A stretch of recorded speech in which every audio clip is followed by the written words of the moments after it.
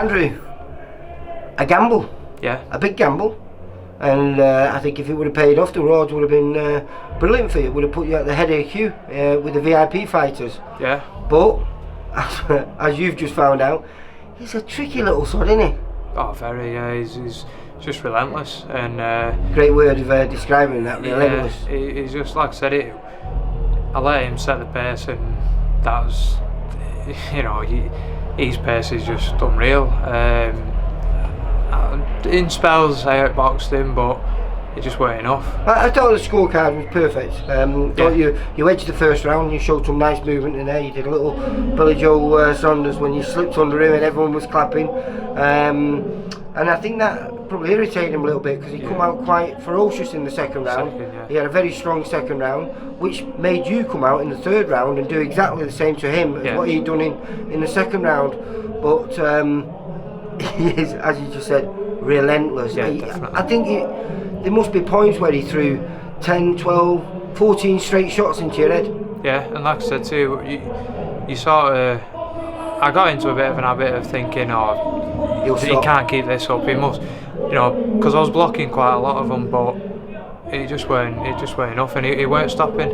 Like I say, you was waiting for an opening, and he never gave you those openings, did he? No, I sort of, the last two rounds I grit my teeth a bit and fight a bit with him, but I think it was just, at that point it was a bit of an uphill battle, and well, you were no longer fighting your fight. No, you were dragged totally into his fight. Yeah. And as we found out, he's pretty good at that fighting, isn't he? Yeah, definitely. He's like we said earlier, we compared him a bit to Mashadad from and he's because he's one of those guys that you watch and you think I'll be able to outbox him. Yeah.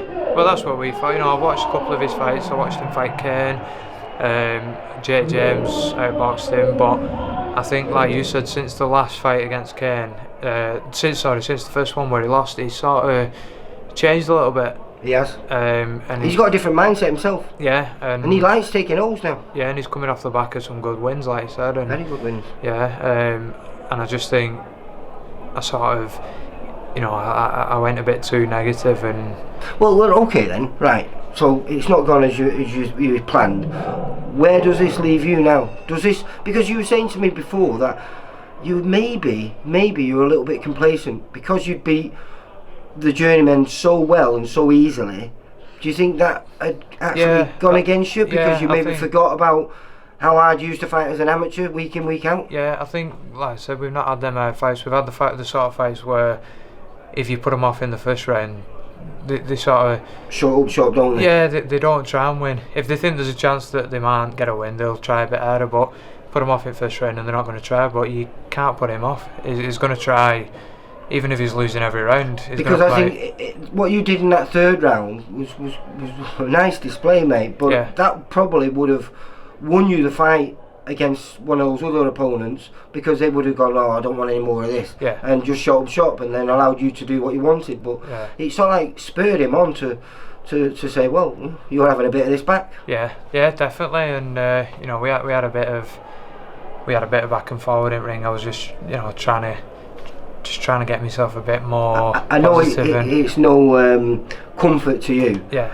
But it was a great fight though, mate. Yeah. And everyone was, they were all, to start the night, it was second fight on, wasn't it? Yeah. And it was like you say, it was a joy for fight fans to watch that, mate. Perhaps not for your fans. No, but that is a bit of a comfort, as long as the people, forking out their own money to come and watch and support. If they enjoyed what they watched, alright, we didn't get the result, but if they enjoy what they watch, then that just means that they've not wasted the money and I've not wasted people's time, which that's something I don't want to do. What are you and Damien now going to go back and work on then? What do you take from that? What do you think? I know you're going to have to watch it back and you can't break everything down now, but has it give you hunger to get back in there, or some people lose a fight like that and you might never see him back in the ring again. I don't think that's going to be the case with you, is it? No, definitely not. Straight back in the gym. We're going to watch it as soon as it's up. Straight back in and just tweak a couple of things. And I think some hard sparring. We've not been too lucky this time with the sparring. We've had some good sparring, but it's been few and far between, where we need some really hard pressure sparring like that. People who's going to put me out of my comfort zone a bit. I presume you had a lot of good sparring early on in your career, because you were one of the main sparring partners for Masher. Yeah. And that probably was great for you. Yeah, I think that would have helped this time, to be fair. Definitely. Because he's relentless. I've not spared Masher for a while now, and I was handling him quite well, and you know, we had some.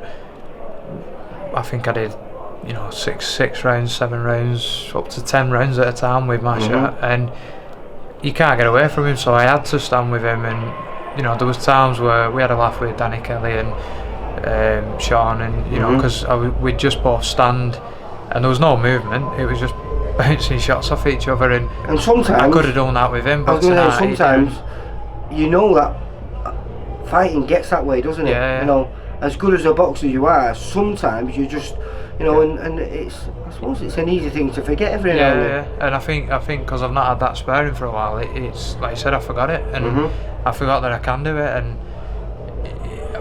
and we didn't expect it to be that sort of pressure. We expected him to come forward, we expected a bit of pressure, but we was expecting gaps where something similar to Troy James, where I could put him off a bit early, slow him down a bit early. Again, just forgetting some of the things that we worked on. I wasn't throwing as many body shots. And when you consider how active he's been compared to yourself, it helps. And like you say, you know, the confidence in coming into this fight. I think the last 3 fighters, 20 fights between them, unbeaten. Now he's 27 fights now between his last 4 fights. You being the last one, he's like I say, he's going to be a handful for anyone. I think we've got him on our show next week against Nathan Bennett. So we'll see how that goes. But like I say, I'm sure you'll be back, bigger, better. Yeah, definitely, 100%. Straight back in gym Monday and see what we can do from there. Nice one, Andrew. Take care, mate. Bye. For all boxing info, news and latest interviews, amateur and pro, across the north, click and subscribe. VIP Boxing Promotions. Also Twitter, Instagram and Facebook.